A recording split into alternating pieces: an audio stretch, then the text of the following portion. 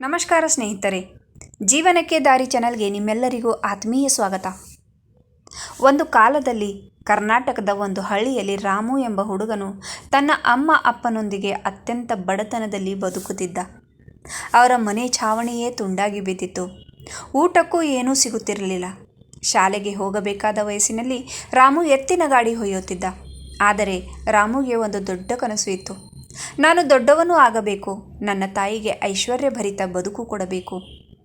ಅವನ ಕನಸುಗಳಿಗೆ ಬಡತನ ತಡೆಗೋಡೆ ಮಾಡುತ್ತಿದ್ದರೂ ಅವನ ಮನಸ್ಸು ಮಾತ್ರ ಕುಗ್ಗಲಿಲ್ಲ.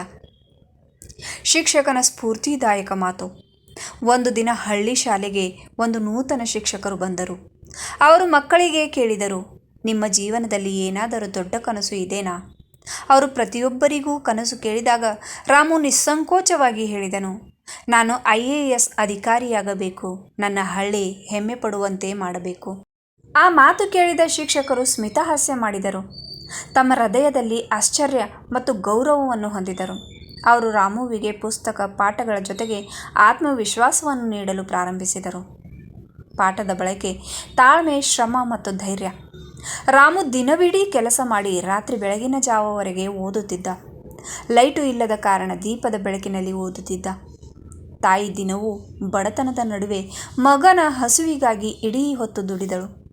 ವರ್ಷ ಕಳೆದಂತೆ ರಾಮು ಹಿಂದೂಸ್ತಾನಿ ಬೋಧಕನಂತೆ ಬದಲಾಗುತ್ತಿದ್ದ. ಪರೀಕ್ಷೆಗಳಲ್ಲಿ ಪ್ರಥಮ, ಆತ್ಮವಿಶ್ವಾಸದಲ್ಲಿ ಮುಂಚೂಣಿ. ಆದರೆ ಹಣದ ಕೊರತೆಯಿಂದ ಅವನು ಕಾಲೇಜಿಗೆ ಹೋಗಲು ಸಾಧ್ಯವಾಗಲಿಲ್ಲ. ಆ ಸಮಯದಲ್ಲೇ ಶಿಕ್ಷಕರು ಪ್ರೇರಣೆಯಾಗಿ ಸಾಧನೆಯ ಹಾದಿ ತೋರಿಸಿದರು. ರಾಮು ರೈಲ್ವೆ ನೌಕರಿಯಾಗಿ ಕೆಲಸ ಆರಂಭಿಸಿದ.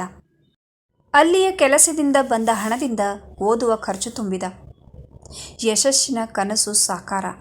ಕೊನೆಗೆ ಸುಮಾರು 7 ವರ್ಷಗಳ ಹೋರಾಟದ ನಂತರ ರಾಮು ಸಿವಿಲ್ ಸರ್ವಿಸ್ ಪರೀಕ್ಷೆ ಬರೆಯಲು ತಯಾರಾದ. ಮೊದಲ ಪ್ರಯತ್ನದಲ್ಲಿ ಅಲ್ಪ ಅಂಕದಿಂದ ವೈಫಲ್ಯ ಆದರೆ ಅವನು ಕುಗ್ಗಲಿಲ್ಲ. ಇನ್ನಷ್ಟು ಪರಿಶ್ರಮ, ಇನ್ನಷ್ಟು ಧೈರ್ಯ. ಅವನ 2ನೇ ಪ್ರಯತ್ನದಲ್ಲಿ ರಾಮು IAS ಸ್ಥಾನ ಗಳಿಸಿದ. ಹಳ್ಳಿಯಲ್ಲಿದ್ದವರ ಕಣ್ಣುಗಳಿಗೆ ನಂಬಿಕೆ ಬರಲಿಲ್ಲ. ಬಡತನದಲ್ಲಿ ಬೆಳೆದ ರಾಮು ಈಗ ದೇಶದ ಅಧಿಕಾರಿಯ ಸ್ಥಾನಕ್ಕೇರಿದ. ಹಿಂದಿರುಗಿ ತಾಯಿಯ ಕಣ್ಣೀರಿನ ಮಾತು. ರಾಮು ಅಧಿಕಾರಿಯಾದ ಮೇಲೆ ಮೊದಲಿಗೆ ತನ್ನ ತಾಯಿಯನ್ನು ಹೊಸ ಮನೆಗೆ ಕರೆದುಕೊಂಡು ಹೋದ. ಅವಳು ಅಲ್ಲಿ ಮೊದಲು ಮಾಡಿದ ಕೆಲಸ, ಈ ಮನೆಗೆ ಬಂದು ನಿನ್ನನ್ನೆಲ್ಲ ದೇವರ ಆಶೀರ್ವಾದದಿಂದಲೇ ಸಾಧಿಸಿದೀಯಾ ಎಂದು ಧ್ವನಿಯಿಲ್ಲದ ಕಣ್ಣೀರಿಗೆ ಮೊರೆ ಹೋಯಿತು. ಕಥೆಯ ಪಾಠ. ಬಡತನ ನಿಮ್ಮ ಶಕ್ತಿಗೆ ಅಡ್ಡಿಯಲ್ಲ. ಕನಸು ದೊಡ್ಡದಾಗಿರಲಿ. ತಾಳ್ಮೆ, ಶ್ರಮ ಮತ್ತು ನಂಬಿಕೆ ಇದ್ದರೆ ಏನೇನೂ ಸಾಧ್ಯ. ಒಂದು ಮಾತು, ಒಂದು ಶಿಕ್ಷಕ, ಒಂದು ತಾಯಿ, ಈ 3 ಬದುಕನ್ನು ಬದಲಾಯಿಸಬಹುದು. ಹೀಗೆ ರಾಮುವಿನ ಜೀವನ ನಮ್ಮೆಲ್ಲರಿಗೂ ಸ್ಫೂರ್ತಿಯಾಗಬೇಕು. ನೀವು ಕೂಡ ಏನೇ ಹೊಡೆತ ಬಂದರೂ ನಿಮ್ಮ ಕನಸುಗಳಿಂದ ದೂರ ಹೋಗಬೇಡಿ. ನೀವು ಕನಸು ಕಾಣುವುದೇ ಸಾಕು. ಬದಲಾವಣೆಯು ನಿಮ್ಮಿಂದಲೇ ಪ್ರಾರಂಭವಾಗುತ್ತದೆ.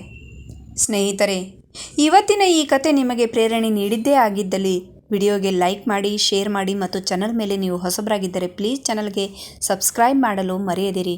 ಮತ್ತೆ ಭೇಟಿಯಾಗೋಣ ಹೊಸದೊಂದು ವಿಡಿಯೋದಲ್ಲಿ. ಅಲ್ಲಿಯವರೆಗೂ ಧನ್ಯವಾದಗಳು.